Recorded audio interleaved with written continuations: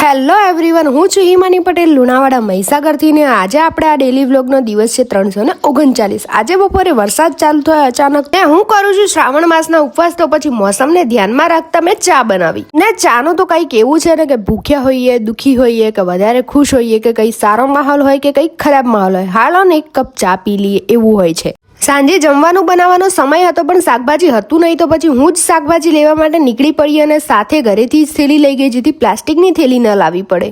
ઘરે આવી પહેલા જ તો લોટ બાંધવાની શરૂઆત કરી, પણ બપોરે મગની દાળ બનાવી હતી જે ખૂબ જ વધી હતી અને વાતાવરણ પણ ઠંડુ હતું, તો દાળને લોટ સાથે જ મિક્સ કરી દીધી ને હવે વારી હતી આ શાકભાજીને એમના ઠેકાણા કરવાની, કારણ કે જો થેલીમાં જ રહી જાત ને તો આ બધી જ શાકભાજી સ્મેલ મારવા લાગત. અને હું થોડું જ શાકભાજી લાવી હતી જેટલું આ થેલીમાં રહી શક્યું, અને પછી ડુંગળી અને બટાકાને મેં અલગ અલગ કરી દીધા. તમે પણ જો ડુંગળી અને બટાકા ભેગા રાખતા હોય તો ના રાખજો, એને અલગ અલગ જ રાખવાના. ને આજે જ દૂધીનું શાક બનાવવાનો પ્લાન હતો, જે પહેલા મેં 2 દિવસ પહેલા ખેતરેથી વેચવા આવેલા અંકલ પાસેથી લીધી હતી અને આજે પણ લીધી હતી. એ બંને દૂધીનું શાક આજે બનાવવાનું હતું. મેં ખાલી શાક કટિંગ કરી મૂક્યું અને પછી એને વઘારશે મમ્મી, બીકોઝ દૂધી કો શાક બનાવું અપુન કા કામ નહીં હે, वो अपने को नहीं अच्छा आता है. પછી હું બનાવવા લાગી રોટલીઓ ફટાફટ. જેટલી જલ્દી દેખાય ને એટલી જલ્દી આટલી બધી રોટલીઓ નથી બનતી, મહેનત લગતી હે બીડું. તો તમે પણ મહેનત લગાવો મારી ચેનલને સબસ્ક્રાઇબ કરવાની.